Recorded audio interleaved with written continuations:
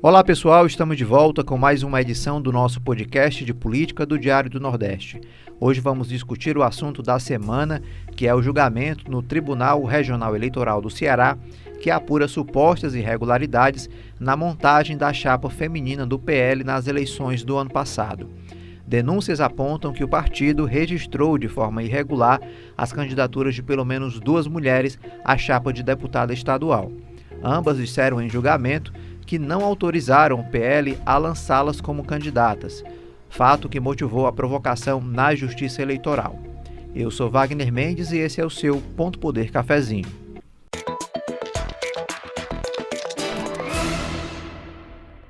Quem me acompanha nessa conversa é o colunista Inácio Aguiar e a repórter Luana Barros. Tudo bem, pessoal? E aí, Wagner, um abraço para você, abraço também para Luana. Vamos trocar uma ideia aqui sobre cassação de mandato, né? Coisa curiosa na política, né? Olá para todo mundo que está nos ouvindo. Prazer estar aqui acompanhada de Wagner Mendes e Inácio Aguiar, que também estão acompanhando toda essa história essa semana toda. Pessoal, antes da gente começar aqui nas perguntas, né, nos principais pontos, vou contextualizar um pouco desse assunto aqui para você. O Tribunal Regional Eleitoral ele começou a julgar o caso envolvendo a chapa do PL na segunda-feira, dia 15. O julgamento acabou suspenso porque os juízes vão se debruçar sobre a participação do presidente do partido, o prefeito Acilon Gonçalves, no caso. O debate é se o dirigente pode ser punido com a inelegibilidade ou não. O PL elegeu 4 deputados estaduais no ano passado: Doutora Silvana, Alcides Fernandes, Marta Gonçalves e Carmelo Neto. Caso a Justiça Eleitoral entenda que houve irregularidade, os 4 parlamentares perdem o mandato. Inácio Aguiar, caso isso seja confirmado, seria uma decisão histórica, né? O que é que exatamente diz a denúncia que levou o PL a esse julgamento? Pois é, Wagner, é importante a gente falar sobre isso porque cada vez mais há uma cobrança para a gente ter equidade de gênero na política, né? Isso não é uma coisa que é de nicho especificamente. É uma necessidade da sociedade brasileira por uma razão muito simples.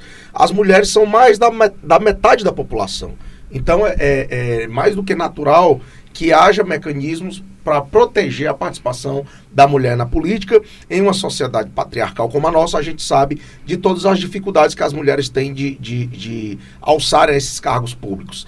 Tanto, né, Luana, que se você pegar, por exemplo, os casos de concursos públicos em que há ali um critério objetivo de seleção, as mulheres muitas vezes são maioria das vagas preenchidas por concurso. Então, evidentemente que você precisa criar esses mecanismos. Dito isso, Wagner, vamos entrar diretamente nesse caso do PL. A legislação, ela tenta proteger as mulheres, né, nesse caso aí, determinando que todos os partidos precisam formar uma chapa que seja 70% composta por um gênero, no máximo, e 30% por outro. Como a gente sabe que aqui no Brasil, e eu já dei essa explicação inicial, a sociedade ainda é muito patriarcal, evidentemente que sempre, né, Luana, ou quase sempre, os 30%... Até hoje sempre, né? Até hoje sempre os 30% sobra para as mulheres. Então, Wagner, o que aconteceu? Os partidos, eles montam as chapas, e aí começa o erro do sistema político brasileiro, na minha avaliação. O partido prefere chegar na véspera da eleição, arranjar alguns nomes por ali. Não estou falando diretamente do caso do PL, estou falando em geral, tá?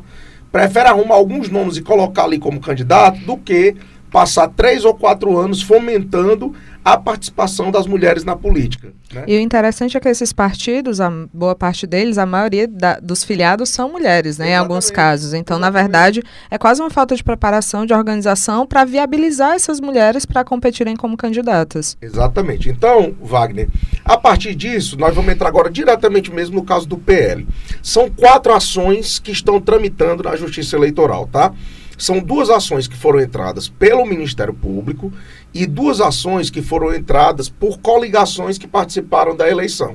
Aliás, uma por coligações, né, a coligação ali do PT e alguns outros suplentes de deputados, e a outra que foi dada entrada pela candidata Adelita Monteiro, que na verdade foi candidata a deputada federal, nem foi a estadual, mas como eu conversei com ela, ela justificou, Inácio, quando eu entrei com essa ação, eu queria que os partidos ficassem atentos a isso e parassem de inventar candidaturas femininas que não têm viabilidade, né? Então, essa é uma primeira ação da Adelita contra a chapa de deputados do PL, pelo que ela fala lá na ação, é que existe uma mulher, que é a Andréa Fernandes, né, que teria sido candidata, apareceu na lista de candidatos sem que ela tenha autorizado essa candidatura. Isso, a própria Andréa, ela foi à Justiça Eleitoral comunicar esse fato lá, dizer que o nome dela estava na lista, né, mas que ela não tinha pedido essa candidatura. Primeira ação é essa. As outras 3 ações, Wagner, são uma espécie de desdobramento dessa primeira. Só que o Ministério Público e a coligação com os suplentes, eles colocam outros nomes, né, além da Andréa, colocam outros nomes nesse bolo aí, né? Até porque o processo da Andréa, na verdade, foi extinto, né? Porque na época ela comunicou, a própria Justiça Eleitoral, então, falou que não reconhecia o registro e o PL substituiu o nome dela ainda no período da campanha, no período que é válido e tudo mais. No próprio julgamento, eles falaram, né, que estava extinto exatamente porque o registro nunca aconteceu e tudo mais.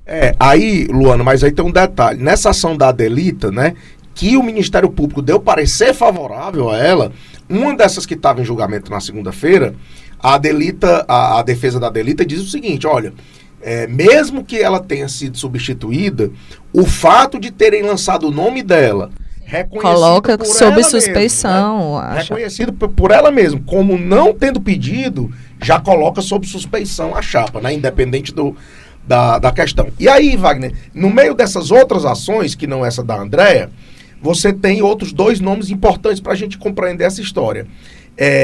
De uma candidata chamada Marlúcia, né? E a outra chamada... Maria Meiriane. Meiriane, exatamente. Maria Meiriane e Marlúcia. Essas 2 candidatas, em depoimento ao Ministério Público, elas confessaram ao Ministério Público que não pediram para se candidatar.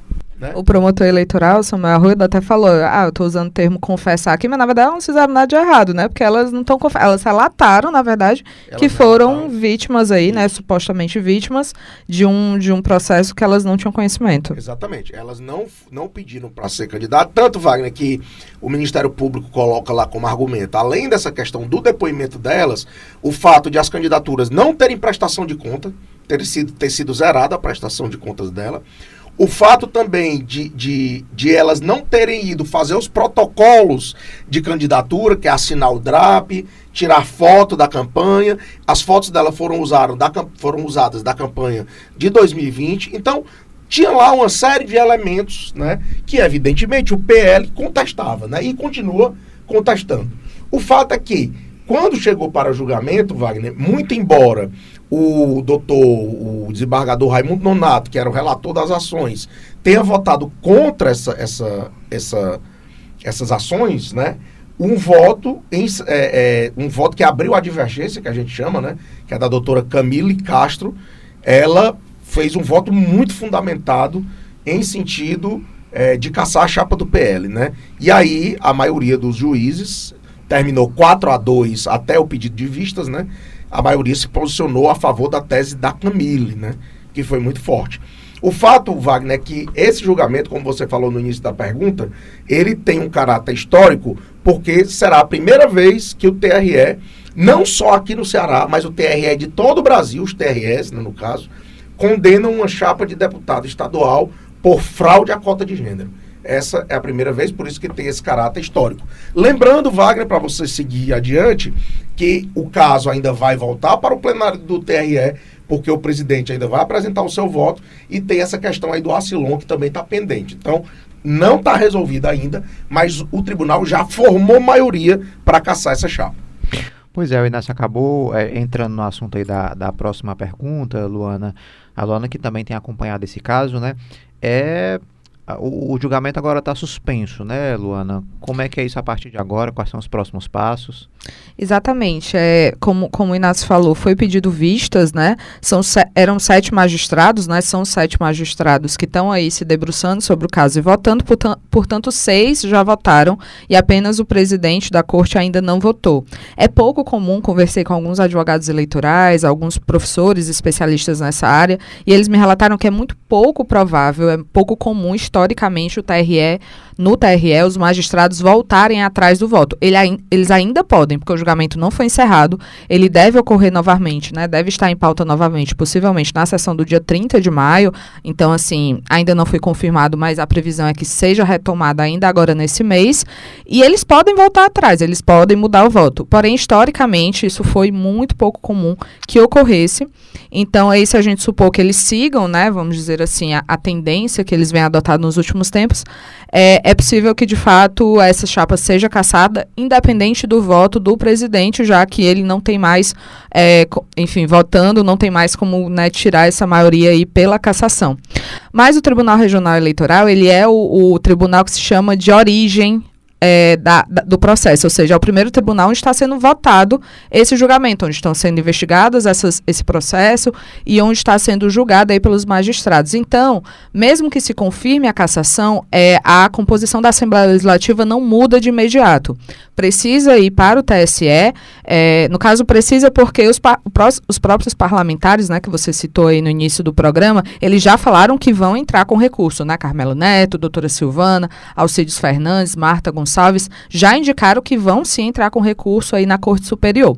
Então, precisa ser analisado pelo TSE, isso para só depois, caso o TSE concorde com o TRE, né, estamos aí supondo que esse processo se confirmar dessa cassação, aí sim é que muda a composição, né? Só que uma coisa interessante no julgamento, né, tanto eu como o Inácio acompanhamos ao vivo, é que os próprios magistrados do TRE mencionaram o fato de que o TSE tem sido mais rigoroso para punir questões de fraude à cota de gênero. Inclusive, recentemente, o TSE reformou decisões aqui do TRE em 2 municípios e cassou chapas que o TRE tinha dito que não reconhecia fraude.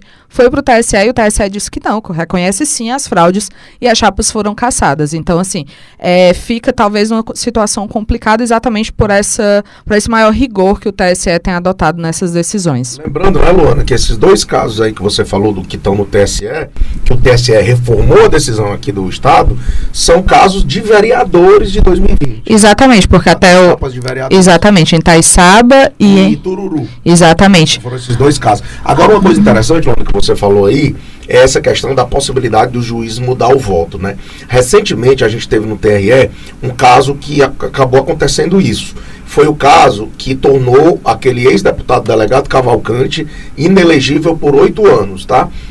O TRE entendeu, né, os juízes da corte, que naquela citação que ele fez em cima do palanque, lá na Praça Portugal, no dia 7 de setembro... do ano passado, né? Do ano passado, que o Bolsonaro... Em tese, o Bolsonaro iria ganhar na bala, né? Foi mais ou menos isso que ele falou. Se não ganhasse nas urnas, ia ganhar nas urnas, ia ganhar na bala. Então, lá aconteceu o seguinte: o desembargador Raimundo Nonato era o relator, ele votou contra a inelegibilidade, né? E aí foi pedido vistas. E, aliás, votou ele, votou a Camila e também votou contra a inelegibilidade. Quando um dos juízes pediu vistas, quando na outra sessão que chegou o processo, a doutora Camille mudou o voto, certo?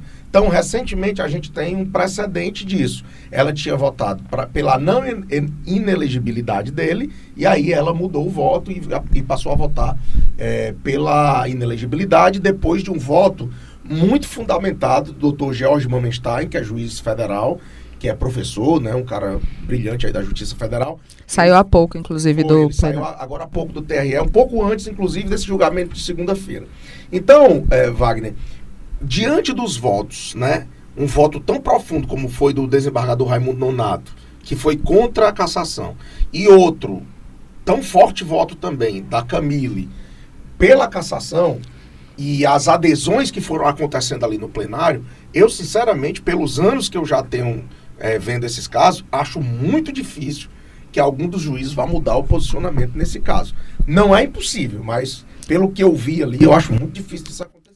Outra coisa, que também foi chamada a atenção por alguns especialistas com quem eu conversei, até a professora Raquel Machado, professora de Direito Eleitoral da UFC, é que existe uma jurisprudência, ou seja, existem vários casos, o que é que isso significa, né, para quem está nos ouvindo? Existem vários casos em que essa questão da fraude à cota de gênero foi julgada pelo próprio TRE, em que as chapas foram cassadas. Então, existe uma série de elementos que vêm sendo considerados ao longo de todos esses julgamentos. A gente teve, para quem está nos ouvindo ter noção, pelo menos 23 vereadores cassados por fraude à cota de gênero nos 2 últimos anos. Isso a gente está falando das cassações que alcançaram pessoas eleitas.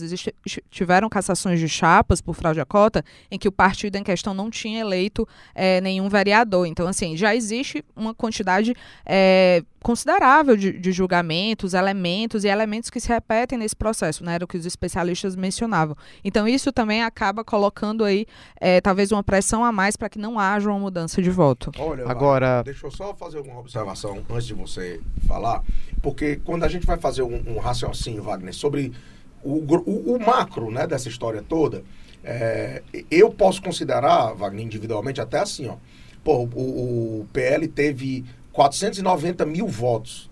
Você vai caçar uma chapa inteira, inclusive do deputado estadual mais votado do estado, que foi o Carmelo Neto, por conta de um problema que não foi diretamente dele, né? Foi um problema da direção partidária. Aí, Luana, sem entrar nesse mérito, eu já digo o seguinte: isso faz parte, Wagner, do problema cultural do sistema político brasileiro, que é achar que os partidos, eles são meros cartórios, que você vai ali, coloca ali o nome que quiser, bota na urna e todo mundo vai pro voto e quem ganhar, ganhou. Não pode ser assim. Então, o que a gente espera, Luana, é que essas decisões, independente do desfecho, pelo menos essa é a minha expectativa, Wagner, que independente do desfecho, os partidos e os candidatos passem a olhar com seriedade para essa questão aí da formação das chapas eleitorais. Acho que isso é fundamental. Até porque a Justiça Eleitoral entende que o voto é do partido e não do candidato, né?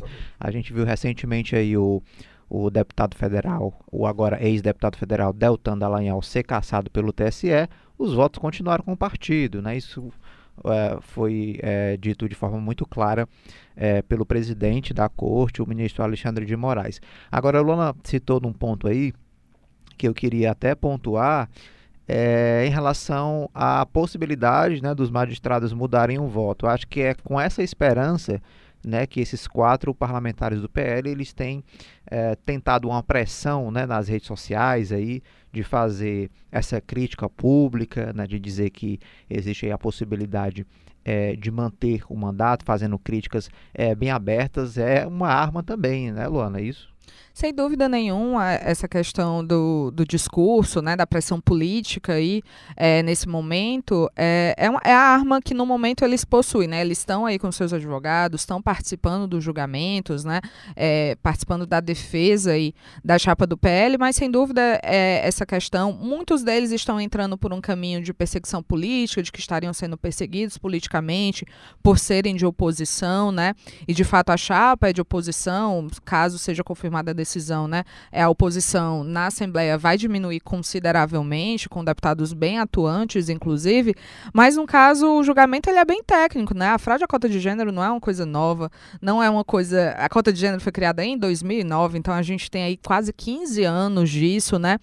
E por mais que dê para compreender, como o Inácio falou, de que de fato esses parlamentares, é importante até deixar muito claro isso, né? Esses parlamentares, não existe nada na investigação que mostre alguma ligação deles com essa cota, que eles sabiam, que se omitiram, nada disso. Mas o que é que a Justiça considera? Como a chapa para cargos proporcionais ela é única, você apresenta a sua candidatura individual, mas a chapa ela é apresentada em conjunto. Então, se tem uma candidatura fictícia que contamina essa chapa, toda a chapa está contaminada e não cumpriu a regra e tudo mais. Então, eu acho que é importante fazer essa diferenciação. É claro que os parlamentares têm todo o direito de se manifestarem, os próprios eleitores também, mas é isso, é preciso ter atenção, né? Esses partidos, essas chapas foram apresentadas lá atrás e, infelizmente, caso seja comprovado, confirmado aí, é uma questão jurídica, é uma questão de falha E até, na verdade, não é nem de falha, é de tentativa de burlar a legislação que está há tanto tempo já em vigor. Agora, a legislação já é dura, sim, né, caçar a chapa de todo mundo, para que essas irregularidades elas não sejam cometidas, né? Então isso está muito claro, quem vai se candidatar, o dirigente partidário que comanda o partido, inclusive burocraticamente, ele precisa se ater a isso. E na Segama já tem gente fazendo contas, né, de quem assumiria essas vagas aí. A gente sabe que tem uma questão aí que ainda deve ser resolvida, né, desses cálculos eleitorais, mas já tem gente ali ansioso. Pois é, Wagner. Eu faço até uma regressãozinha agora na hora de responder essa tua pergunta, Wagner, porque a ação da Adelita, para você ter uma ideia, Luana, ela foi movida em setembro do ano passado, a primeira ação sobre esse assunto. Ou seja, não tinha nem acontecido ainda a eleição e a ação da Adelita já estava questionando essa chapa do PL, tá? Eu vim atentar para isso naquelas conversas que a gente tem de corredor lá da Assembleia, né? Em que uma fonte lá da Assembleia me deu uma dica para que eu desse uma olhada nesse processo, né? E que está em segredo de justiça, é importante exatamente falar agora, né? Não estava, eu acho. Na época ele ainda estava aberto, eu dei uma olhada, Wagner, e eu vi ali, cara, um elemento bastante forte, né? De nulidade, né? No caso aí da candidatura da Andréa Moura Fernandes, né? E aí, Wagner, quando isso aconteceu, né? Eu dei uma olhada em como é que estava o andamento da ação, né? Naquela altura. E depois dessa minha reportagem, que a gente publicou aqui no Diário do Nordeste, veio a avalanche de outras ações, né? Os partidos começaram a se mobilizar, o próprio Ministério Público passou a olhar com mais detalhe para esse caso. Eu, na época, inclusive, Luana, pedi uma entrevista com o procurador, o doutor Samuel Arruda, e ele até pediu desculpas, que não poderia falar, porque ele ainda ia se manifestar no processo. Ou seja, quando eu fiz, Wagner, não tinha nem parecer do Ministério Público, no caso aí da ação da Adelita ainda. Mas eu vi que ali tinha, de fato, uma situação que iria ensejar esse debate que nós estamos vendo agora. Inclusive, na época, eu procurei os advogados, né, das partes, e todos eles, inclusive o dos deputados do PL, foram unânimes em me dizer: Inácio, esse será o maior julgamento da Justiça Eleitoral do Ceará relativo ao ano de 2022. Será, de fato, um divisor de águas. Então, a partir dali, Wagner, todo mundo começou a fazer conta, né? Porque é uma coisa inevitável na política, né? Quando surge a primeira especulação, todo mundo começa a fazer conta. Há muitas correntes aí, Wagner, porque o que é que acontece? Confirmada essa decisão, inclusive pelo TSE, o que é que vai acontecer? Na prática, né? O PL vai perder todos os votos, vão ser anulados todos os votos dados aos candidatos do PL, e os 4 deputados eleitos, evidentemente, vão perder os mandatos. Então, o TRE ele vai ter que abrir um novo cálculo do quociente eleitoral que é usado para eleger as bancadas partidárias, tá? Diante disso, Wagner, é possível que essa contagem que eu tenho não esteja tão segura, né? Mas, pelo que os especialistas estão falando aí, né?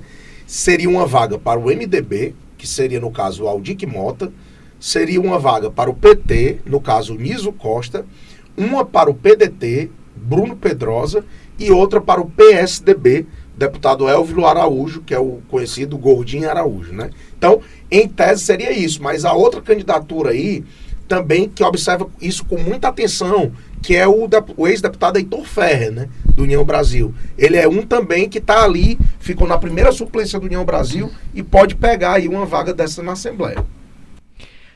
Luana Barros é uma situação aí, como o Inácio falou, questão de grande repercussão, né, e que pode trazer lições para os partidos, principalmente para quem comanda esses partidos e que quer construir, né, um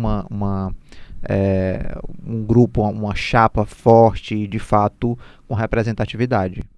Não, sem dúvida. A gente está vendo aí o primeiro julgamento no Ceará, tem um outro julgamento também acontecendo, se eu não me engano, em Mato Grosso, também relativo à chapa de deputado estadual. Mas lá, por exemplo, caso haja cassação, é só um deputado, aqui são 4 deputados estaduais, uma quantidade imensa de votos. E eu acho, conversando novamente, né, a gente conversou muito com especialistas, com professores dessa área, porque, enfim, o direito eleitoral ele tem muitas nuances, é importante esse contato. E eles falavam que a justiça eleitoral sempre preza muito pelo voto, né?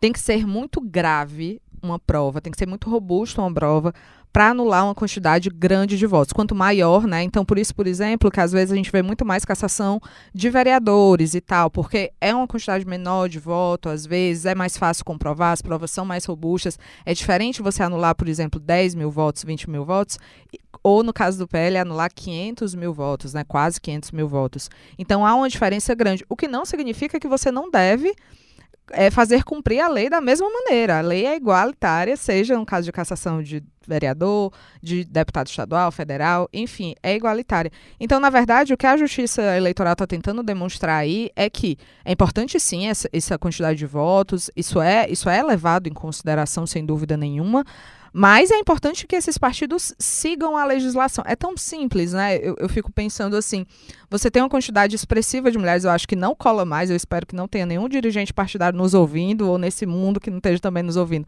querendo colar a pencha de que, porque as mulheres não se interessam por política, ou porque a gente não é procurado pelas mulheres, porque eu espero que em pleno 2023 isso não cole mais em ninguém. As mulheres são sim interessadas em política, elas estão sim querendo fazer esses espaços. O que houve foi uma exclusão histórica dessas mulheres, desses espaços, e é muito difícil para essas mulheres que têm séculos de atraso na participação política ascenderem a esses espaços, principalmente quando os partidos, eu acho que aí a gente precisa cada vez mais centrar essa discussão nos partidos, né? Desde que eu comecei a acompanhar mais de perto a política, muitas vezes isso ficava a nossa subrepresentação na Assembleia, e você ficava olhando para as casas legislativas, para as prefeituras, para os governos que não tinham mulheres. Mas, na verdade, tudo isso começa nos partidos, né? Se a gente não tem uma democracia interna, se essas mulheres não estão em diretorias, em espaços de poder dentro dos partidos, que é quem toma a decisão, são os dirigentes partidários que registram, que vão convidar as candidaturas, que vão ver quem é que tem potencial, que registram essas candidaturas, apresentam essa documentação, que decidem os recursos. Você não faz campanha sem recurso. Então, para essas mulheres, essas candidatas serem competitivas e poderem competir em pé de igualdade com os homens, enfim, todos esses candidatos terem a mesma condição inicial, né, para alcançar esses postos, elas precisam desse recurso. Então, tudo está ali no partido. E é por isso que eu até considero muito importante que essa discussão esteja sendo mais direcionada para os dirigentes partidários. Né? A gente tem esse ponto aí em destaque nesse processo do PL Ceará, com o presidente do PL Ceará e também prefeito Eusébio Assilon Gonçalves, que é um dos polos que também está sendo investigado e que, embora agora também improvável, pode ser sim, pode ficar inelegível, pode acabar sendo punido, né, se for confirmado. A gente tem essa discussão ali a nível de Tribunal Superior Eleitoral, porque esses dirigentes, eles são os responsáveis. Não dá mais para você ficar punindo as mulheres, porque o que é que acontece, né, quando você caça uma chapa?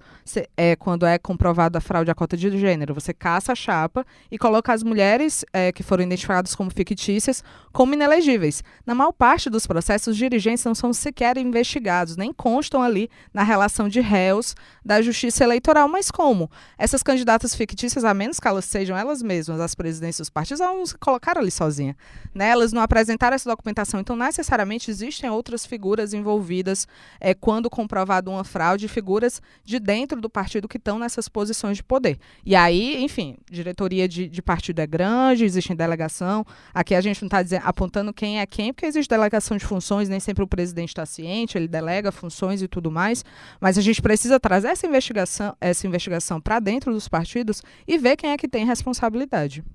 Agora, Inácia Aguiar, o que é que tem nos bastidores nos últimos dias? A gente sabe que foi um assunto que movimentou, né? Foi a pauta da semana, muita gente apreensivo. O que é que você tem ouvido por aí sobre isso? Wagner, o que a gente pode falar agora é que nesse momento, nos bastidores pelo menos, Wagner, os deputados do PL, né, meio que jogaram a toalha em relação ao TRE, né? Para eles já está muito claro que pelo menos em tese, ninguém vai mudar o voto agora. E mesmo que o presidente Inácio Cortez vote a favor do PL, né, ficaria ainda 4-3, de qualquer maneira isso aí estaria perdida a parada e teria que ir para o TSE. Então, por esse motivo, Wagner, tá todo mundo meio que olhando para Brasília nesse momento, né? E tem um caso, Wagner, até a gente já citou aqui, do Deltan Dallagnol, que na prática, ele nada tem a ver com o caso aqui do PL do Ceará. Na verdade, na teoria, ele nada tem a ver, mas na prática... Pois é, na teoria ele nada tem a ver. Mas na prática ele acaba tendo, Wagner, porque essa cassação, né, do mandato do Deltan, ela está mexendo muito com os ânimos em Brasília, né? Está se falando muito em perseguição, né?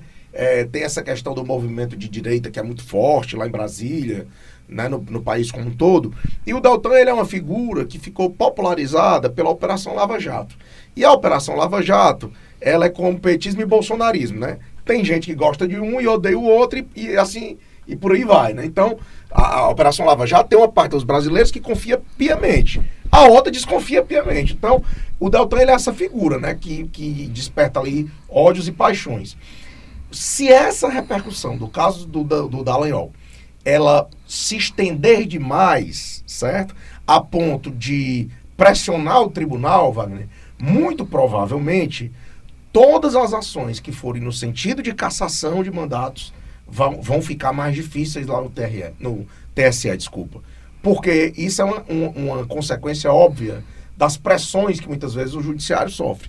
Então, tá todo mundo aí que está envolvido com isso, né, rezando para que essa coisa aí do Deltan, né, baixe a poeira para poder ir para os outros casos, né? Então, o que está se falando nos bastidores, Wagner, hoje eu diria que é essa possibilidade.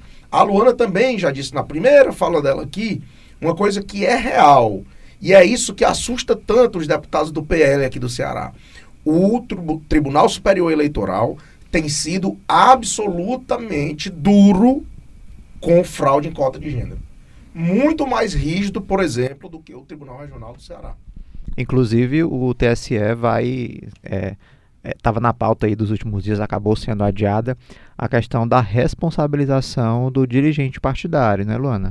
Exatamente, a gente acabou não entrando muito disso, eu mencionei quando eu estava falando antes, né, a respeito do Acilon Gonçalves, que na ação aqui no Ceará é pedido a inelegibilidade dele, né? Ele que é prefeito do Eusébio, ele não perderia o mandato nesse caso, mas ele ficaria pelos próximos 8 anos, a contar da eleição de 2022, ele não poderia se candidatar, né? Inclusive, por exemplo, na eleição de 2024, onde ele poderia tentar a reeleição. Então, só que no TRE isso está com maioria contra a inelegibilidade dele. Novamente, vale tudo aquilo que a gente disse. Podem mudar os votos até o dia 30 e isso ainda vai para o TSE, que pode modificar qualquer decisão tomada pelo TRE. Dito isso, como é que está essa discussão dos dirigentes partidários lá no TSE? A gente tem uma ministra, Maria Cláudia, que ela propõe aí que agora, a partir das eleições de 2024, porque na Justiça Eleitoral, sempre que é tomada uma decisão, tem a regra da anualidade, ou seja, só pode virar um precedente, só pode passar a ser aplicado um ano depois da decisão, né? E aí ela propõe para as eleições de 2024, a partir delas, que sempre seja incluído no processo, sempre vire réu, os dirigentes partidários, o presidente do partido, que é, né, a pessoa que vai enviar o DRAP, né, ou seja, o registro das candidaturas das chapas para a Justiça Eleitoral. Porque, como eu disse, nem sempre esse dirigente sequer consta ali no processo, na ação, sequer é investigado. Então, a partir disso, sempre ele vai constar e sempre ele vai ser investigado. Qual foi a ação dele? Ele teve participação, ele tinha conhecimento, ele se omitiu e, por se omitir, ele permitiu que a fraude acontecesse. Então, isso muda um pouco o entendimento, né? E, enfim, até a possibilidade de punição desses dirigentes que podem passar a ficar com mais frequência inelegíveis em caso de fraude à cota de gênero. Conversando com especialistas, eu falei, mas isso muda, por exemplo, por conta desse voto, se esse voto for confirmado, né, porque ele ainda vai ter que passar pelo pleno ali do TSE, isso muda o entendimento quanto ao caso do Acilon que aconteceu em 2022? Aí eles falaram, olha, não, tecnicamente isso é a partir de 2024, mas o Acilon ele já está incluído no processo. Então, na verdade, esse voto é para passar a incluir, passar a investigar. O Acilon, ele já está incluído, ele já foi investigado, ele depois tem provas, citaram o depoimento dele durante. E aí, então, o que é que vai acontecer? Os magistrados, né, lá no TSE vão analisar as provas colhidas pelo TRE. E pode ser que eles lá, mais exigentes, mais rigorosos, entendam diferente do que o TRE entendeu, né? A maioria dos magistrados do TRE entendeu que não há uma culpa, não tem prova robusta para a gente punir de forma tão grave, né? Porque a inelegibilidade também é considerada uma punição grave, pessoalíssima, pelo TRE. Então, o TRE até agora está entendendo que não tem motivos, mas quando subir para o TSE, como ele foi investigado depois, tem ali todo esse arsenal de provas, ele pode sim ter uma nova análise e aí vai caber ao TSE. E além do mais, Wagner, só para a gente complementar, Luana, a partir do momento que o Tribunal Superior Eleitoral ele firma um entendimento sobre um assunto específico, isso pode, no campo da possibilidade, influenciar de repente algum dos juízes do TRE que votaram em sentido contrário, porque depois que a Justiça Eleitoral forma um entendimento, mesmo que tenha isso que a Luana falou, que é o princípio da anualidade, né, que precisa ser, a regra começa a valer daqui para frente, mesmo que isso aconteça, quando se forma um entendimento, né, muitos magistrados tendem a ir mais ou menos no sentido desse entendimento. Então, lá, Luana, eu diria, como você falou, que lá no TSE, certamente, os ministros vão mais ou menos na linha em que votaram dessa repercussão geral. Pois é isso que eu ia dizer, assim, tecnicamente não tem um impacto, mas indica uma tendência, né? Indica uma tendência. Como é que os magistrados estão pensando quanto à punição, né? Isso vai passar a valer para todos os casos a partir de 2024, se for confirmado. Mas a gente tem casos concretos que já estão sendo votados, em que esses dirigentes já são investigados, e isso pode indicar, sim, uma tendência, né? Como é que esses magistrados estão pensando a punição dos dirigentes partidários. Cenas dos próximos capítulos, né? Wagner Mendes aqui tá nervoso que a gente falou demais na Saga. Olha, falamos demais, viu? Hoje vocês falaram muito, mas também é um assunto que realmente requer muita contextualização, dado o ineditismo dele, né? A gente já comentou sobre isso. Como a Luana pontuou, até o final do mês, esse assunto deve voltar à pauta do Tribunal Regional Eleitoral. A gente também vai ficar mapeando aí a pauta do TSE sobre essa história da culpabilidade dos dirigentes, para informar você sempre em primeira mão, não só aqui no Ponto Poder Cafezinho, mas também no Diário do Nordeste. Muito obrigado aí a vocês que participaram hoje, Nácia Aguiar, Luana Barros. Até a próxima, né? Grande abraço, Wagner, para você, para todo mundo que nos acompanha, para você também, Luana, que foi uma debatedora aqui fenomenal. E até a próxima, meus amigos. Vou aproveitar, inclusive, minha despedida para quem achou pouco. Foi muito que a gente falou, mas para quem achou pouco, a live Ponto Poder dessa semana também foi sobre isso, lá no YouTube do Diário do Nordeste. Conversamos com a Raquel Machado, que eu citei. Então, se quiser continuar aí ouvindo e assistindo também sobre esse assunto, corre lá no YouTube. Então é isso, pessoal. Essa edição do Ponto Poder Cafezinho vai ficando por aqui. Para quem quiser acompanhar nossos próximos episódios, estamos no Spotify, Deezer, Google Podcast e também no YouTube do Diário do Nordeste. Até o próximo episódio.